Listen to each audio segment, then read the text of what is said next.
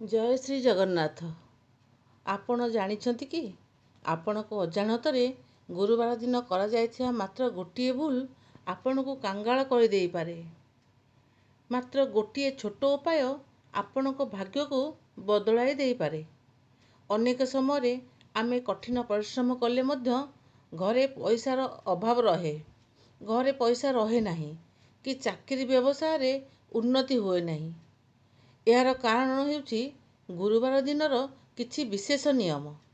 ଆଜିର ଏହି ଭିଡ଼ିଓରେ ଆମେ ଜାଣିବା ଗୁରୁବାର ଦିନ କେଉଁ 5ଟି କାମ ଭୁଲରେ ବି କରିବେ ନାହିଁ ଏବଂ କେଉଁ ଗୋଟିଏ ଗୁପ୍ତ ଉପାୟ କଲେ ମା ମହାଲକ୍ଷ୍ମୀ ଏବଂ ଭଗବାନ ବିଷ୍ଣୁଙ୍କ କୃପାରୁ ଆପଣଙ୍କ ଘର ଧନଧାନ୍ୟରେ ଭରିଯିବ। ଭିଡ଼ିଓଟିକୁ ଶେଷ ପର୍ଯ୍ୟନ୍ତ ନିଶ୍ଚୟ ଦେଖନ୍ତୁ, କାରଣ ଶେଷ ଉପାୟଟି ଆପଣଙ୍କ ଜୀବନକୁ ବଦଳାଇ ଦେଇପାରେ। ତାହେଲେ ଆଗକୁ ବଢ଼ିବା ପୂର୍ବରୁ କମେଣ୍ଟ ବକ୍ସରେ ଓମ୍ ନମୋ ଭଗବତେ ବାସୁଦେବାୟ କିମ୍ବା ଜୟ ମା ଲକ୍ଷ୍ମୀ ନିଶ୍ଚୟ ଲେଖନ୍ତୁ।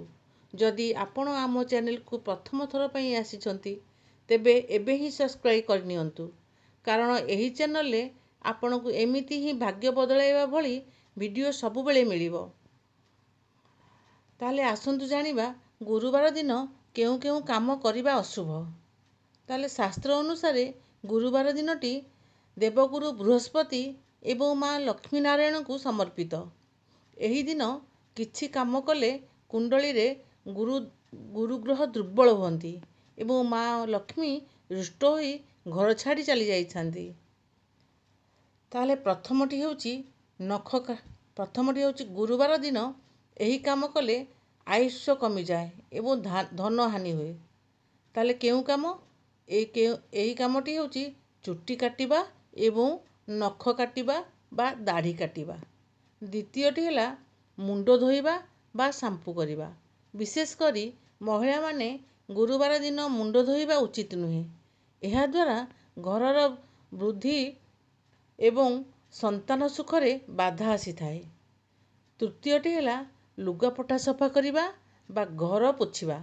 ଗୁରୁବାର ଦିନ ଘରେ ପୋଛା ମାରିବା ଦ୍ୱାରା ଘରର ଈଶାନ କୋଣ ଦୁର୍ବଳ ହୁଏ, ଯାହାଦ୍ୱାରା ଘରକୁ ଦରିଦ୍ରତା ଆସିଥାଏ। ଚତୁର୍ଥଟି ହେଲା ଆମିଷ ଏବଂ ରସୁଣ ପିଆଜ ସେବନ। ଗୁରୁବାର ଦିନ ସମ୍ପୂର୍ଣ୍ଣ ସାତ୍ୱିକ ଆହାର ଗ୍ରହଣ କରନ୍ତୁ। ଏହି ଦିନ ଆମିଷ ଖାଇଲେ ପିତୃଦୋଷ ଲାଗେ ଏବଂ ଗୁରୁଦୋଷ ଲାଗିଥାଏ। ଏବଂ ଚତୁର୍ଥ ଉପାୟଟି ହେଲା ଚମତ୍କାରୀ ଉପାୟ। ତାହେଲେ ଏବେ ଆସନ୍ତୁ ଜାଣିବା ସେହି ଚମତ୍କାରୀ ଉପାୟ ବିଷୟରେ, ଯାହାକୁ ଗୁରୁବାର ଦିନ କଲେ ଆପଣଙ୍କ ଭାଗ୍ୟ ବଦଳାଇ ଦେଇପାରେ। ତାହେଲେ ପ୍ରଥମଟି ହେଉଛି ହଳଦୀର ଚମତ୍କାର। ଗୁରୁବାର ଦିନ ସକାଳେ ଗାଧୋଇବା ପାଣିରେ ମାତ୍ର ଚିମୁଟାଏ ହଳଦୀ ମିଶାଇ ଗାଧାନ୍ତୁ। ଏହାଦ୍ୱାରା ଆପଣଙ୍କର ଗୁରୁଗ୍ରହ ମଜବୁତ ହେବେ ଏବଂ ଚାକିରି କ୍ଷେତ୍ରରେ ପଦୋନ୍ନତି ମିଳିବ। ଦ୍ୱିତୀୟ ଉପାୟଟି ହେଲା ମୁଖ୍ୟ ଦ୍ୱାରରେ ସ୍ୱସ୍ତିକ।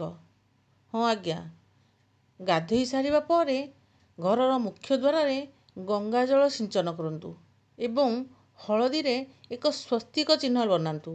ଏହାଦ୍ୱାରା ନକାରାତ୍ମକ ଶକ୍ତି ଘରକୁ ଆସେ ନାହିଁ। ତୃତୀୟ ଉପାୟଟି ହେଲା କଦଳୀ ଗଛକୁ ପୂଜା କରିବା। ଗୁରୁବାର ଦିନ କଦଳୀ ଗଛ ମୂଳରେ ଜଳ ଅର୍ପଣ କରନ୍ତୁ।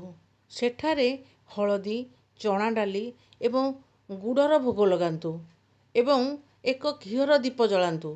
ମନେ ରଖନ୍ତୁ ଆଜ୍ଞା, ଗୁରୁବାର ଦିନ କଦଳୀ କେବେ ବି ଖାଇବେ ନାହିଁ, କିନ୍ତୁ ଭଗବାନଙ୍କୁ ଅର୍ପଣ କରିବେ। ଚତୁର୍ଥ ଗୁପ୍ତ ଉପାୟଟି ହେଲା ଗୁରୁବାର ସନ୍ଧ୍ୟାରେ ଭଗବାନ ବିଷ୍ଣୁ ଏବଂ ମା ଲକ୍ଷ୍ମୀଙ୍କ ସମ୍ମୁଖରେ ଏକ ଗୁଆ ଘିଅର ଦୀପ ଜଳାନ୍ତୁ ଏବଂ ସେହି ଦୀପରେ 2 ଗୋଟି ଲବଙ୍ଗ ପକାଇ ଦିଅନ୍ତୁ। ଏହାପରେ ଲକ୍ଷ୍ମୀ ଚାଳିଶା ପାଠ କରନ୍ତୁ। ଏହି ଉପାୟଟି କ୍ରମାଗତ 5ଟି ଗୁରୁବାର କଲେ ଅଟକି ରହିଥିବା ଧନ ଆପେ ଆପେ ଫେରିଆସେ।